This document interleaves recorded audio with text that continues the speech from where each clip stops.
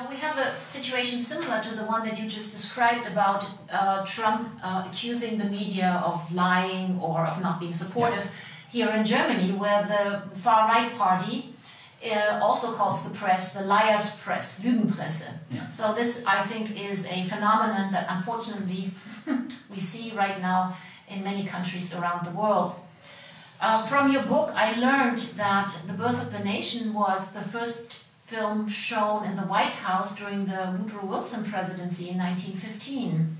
And 100 years later, the film Selma was shown during the Obama presidency. It seems that the United States has come a long way then, right? Yeah.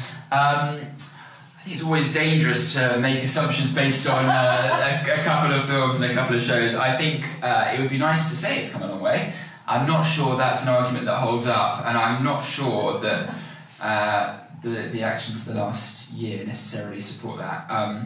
I think, I mean, in some ways you can say, you know, clearly there's been an African American president in the White House in the last for the last 8 years, and that is you know, a big step forward. And you know, I hope we don't lose sight of that. But no, I think the legacies and the issues that I address in the book are still prevalent today. And while you know, for example, when talking about the ways in which the Klan have protested against, I talk in the book about how the Klan protested against Charlie Chaplin film, how they protested against what they saw as immoral Paramount films, or films that featured Paula Negri, who was playing what they thought was a kind of immigrant vamp, and these kinds of figures.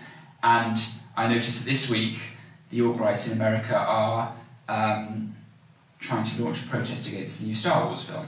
And again, we see these same devices that are being used. So, and how film is being used for this purpose, how to try and generate publicity, to define what these groups are in society, to present themselves alongside more legitimate and established organisations.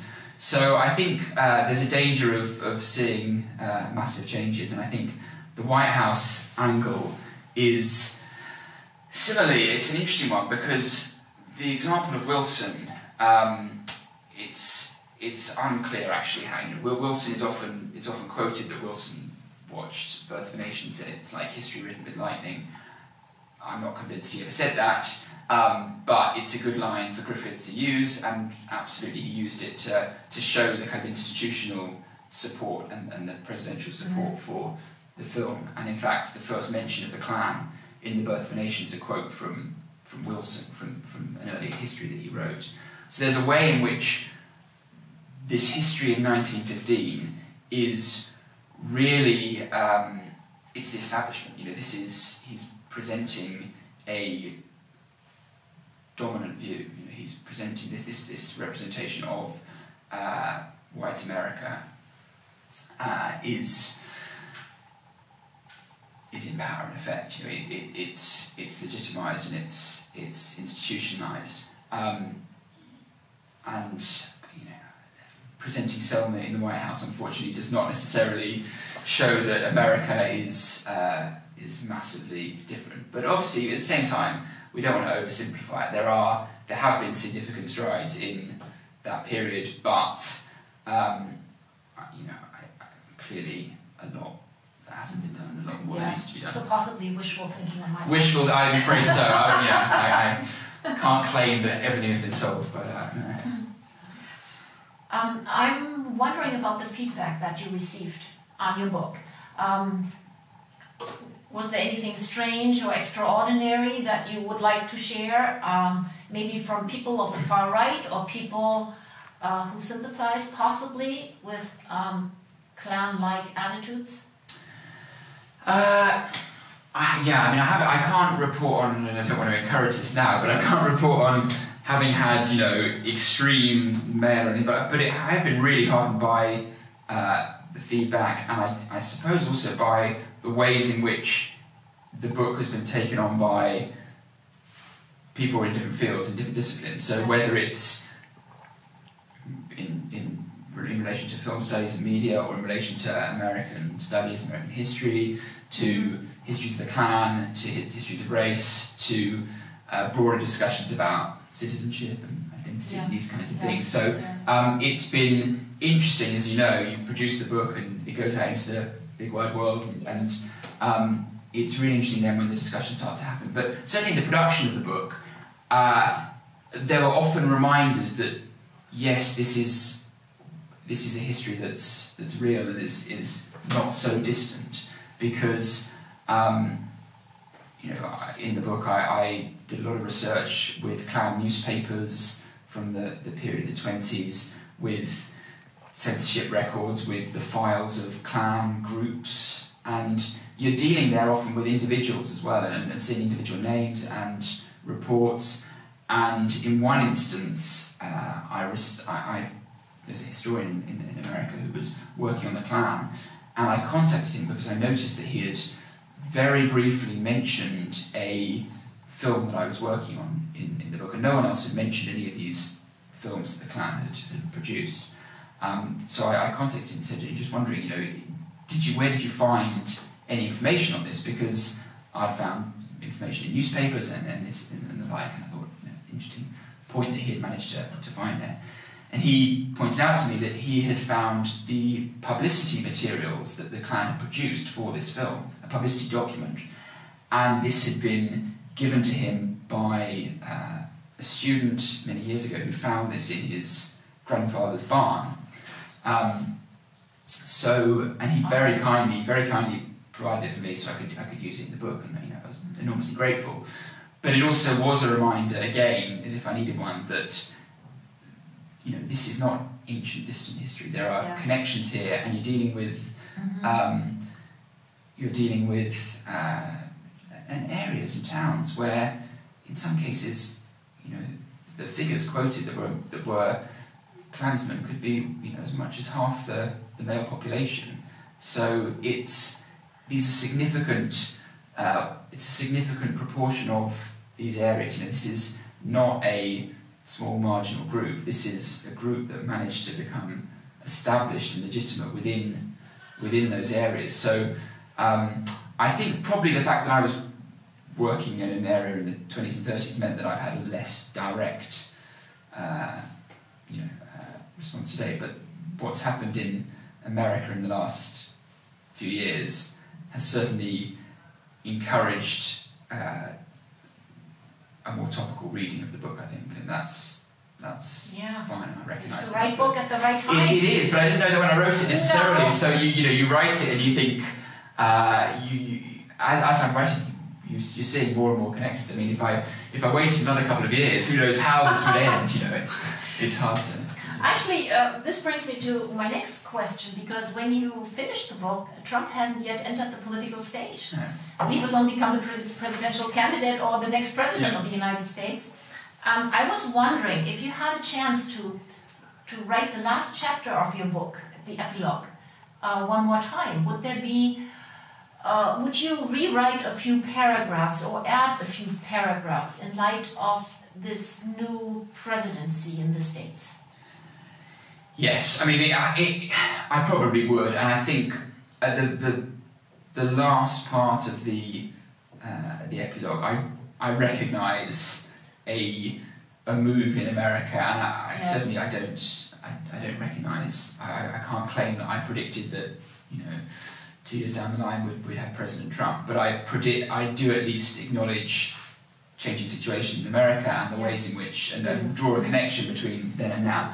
I would be wary. I mean, I'm glad in a way the book doesn't have a final paragraph of a final chapter which is about today particularly, because it's a historical study, and I think in some ways that's the value, is it allows us to make the connections and to draw the parallels without having to try and rewrite the history to fit today. So I think it's a study of this moment, kind of interwar period, and how this group used media to become kind of major social and political force.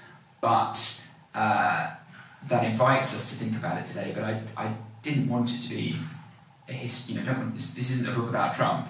Yes. It's a book about this period, which allows us to think through some of the things that are happening in America today. So. One more question. We generally think that the KKK is only interesting to people on the far right or neo-Nazi groups. Is there any indication that the Klan would also be interesting for your average American citizen, for example?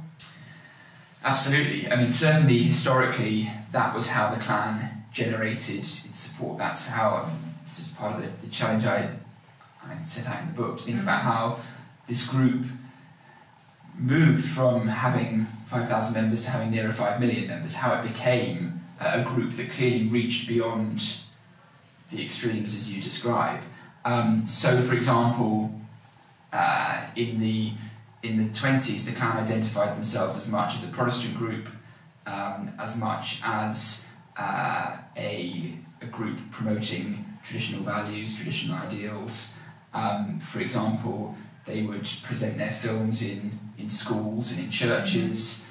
They would advertise their own films as 100% American, so they were really trying to define themselves as American, to set out what it means to be American. You know? Watch American. Absolutely, to try and define Americanism. So, which again is language that we see again today. But I think what we see in the 20s certainly is this attempt to change the debate, to say actually, clearly they have a strong anti-immigration agenda, which connects with what's happening in America in the teens and 20s, with the Red Scare after the war and these fears of kind of communism and of outsiders. But they do that in quite sophisticated ways by positioning themselves alongside these long-established causes and in many ways the kind of core American institutions, so the Protestant church, schools, as I said, these places, and even when you see the films themselves, the way they're positioning the Klan, not necessarily as, in the Klan films, they're not attacking African Americans or particular racial targets. Yeah. They are closing down drinking dens and these kinds of places that they see to be immoral, or they are protecting a woman from an attack. Yeah. And even the Hollywood films of the 20s that feature the Klan, more often, because of censorship, they couldn't show those sorts of targets anyway. So a film like One Clear Call, which is a Hollywood film from 1922, features the Klan in a late sequence, and the Klan are there to close down a drinking den, to close down a pub. Yeah. They're effectively this kind of moral organisation. Yeah. And I think that's a really interesting way in which the Klan kind of were positioning themselves not at the extremes, but trying to position themselves into the mainstream and as something more legitimate. And their protests against film were absolutely a part of that as well, by aligning with women's groups. I mean, the Klan had a very strong women's organisation, so the ways in which they were trying to present themselves as social reformers as well, I think, as part of censorship debates and these kinds of things as well. And also their film, the films that they featured in them, it's worth just mentioning that the Klan also, because of the interest in the costume, the Klan appearance features in so many films from that period, from Disney cartoons to a Mary Pickford film, one of the big stars of the period. And while they're not mentioned as the Klan, you see this general interest in the costume, which by that stage denotes this level of kind of excitement and interest. Yeah. So there's a desire to exploit that. You see exhibitors parading Klansmen outside their theatres to bring people into the crowd, into the audience. And I think this is part of the tension that we see there. This public interest in the image generates publicity, generates an interest, and certainly in the 20s you see how the Klan manages to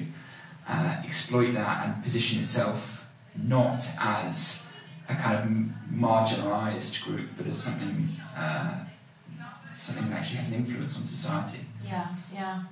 the moral voice of America. Well, exactly, I know, which is that's eerie. terrifying to think, but yeah. That's very eerie. But you know, I was just looking at the poster and your book cover. I mean, everybody, I mean, people who don't even know about the Klan recognize the picture right away. It is such, those are such strong symbols, the white hoods, the fiery crosses. Do you see anything vaguely or remotely similar to the Klan or the symbolism surrounding the Klan somewhere in Europe? Yeah, I mean, I think you're right. The image is incredibly important for the Klan, clearly, and also it's worth mentioning that's an image that was partly constructed on film. It's certainly popularised through film. So the fiery cross was not a feature of the historical Klan of the 1860s. Oh, that's interesting. It was originally Thomas Dixon who wrote the book on which The Birth of a Nation is based.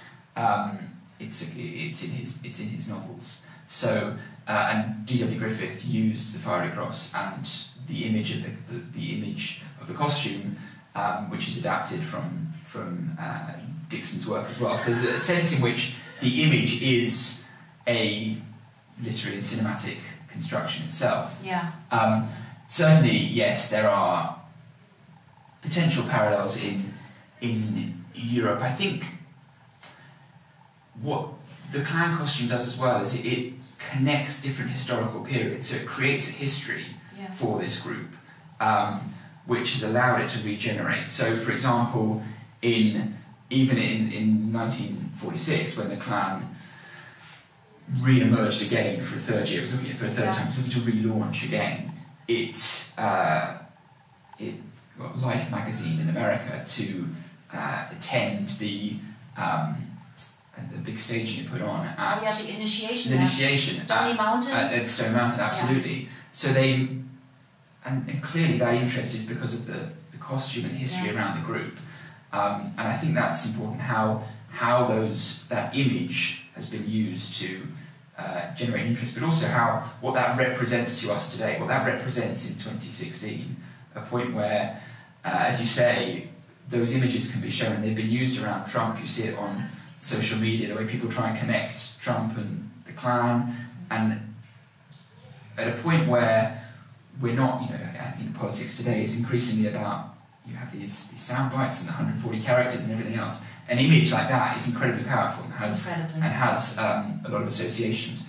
One of the things I argue in the book is that there's a danger of dismissing the image and thinking of it purely in the ways we might do today, whereas actually if we try and understand how that image was constructed, how the Klan became so powerful in the 1920s, we can draw more useful parallels to today rather than just trying to put up an image alongside someone we don't like today, to actually instead try and understand this relationship.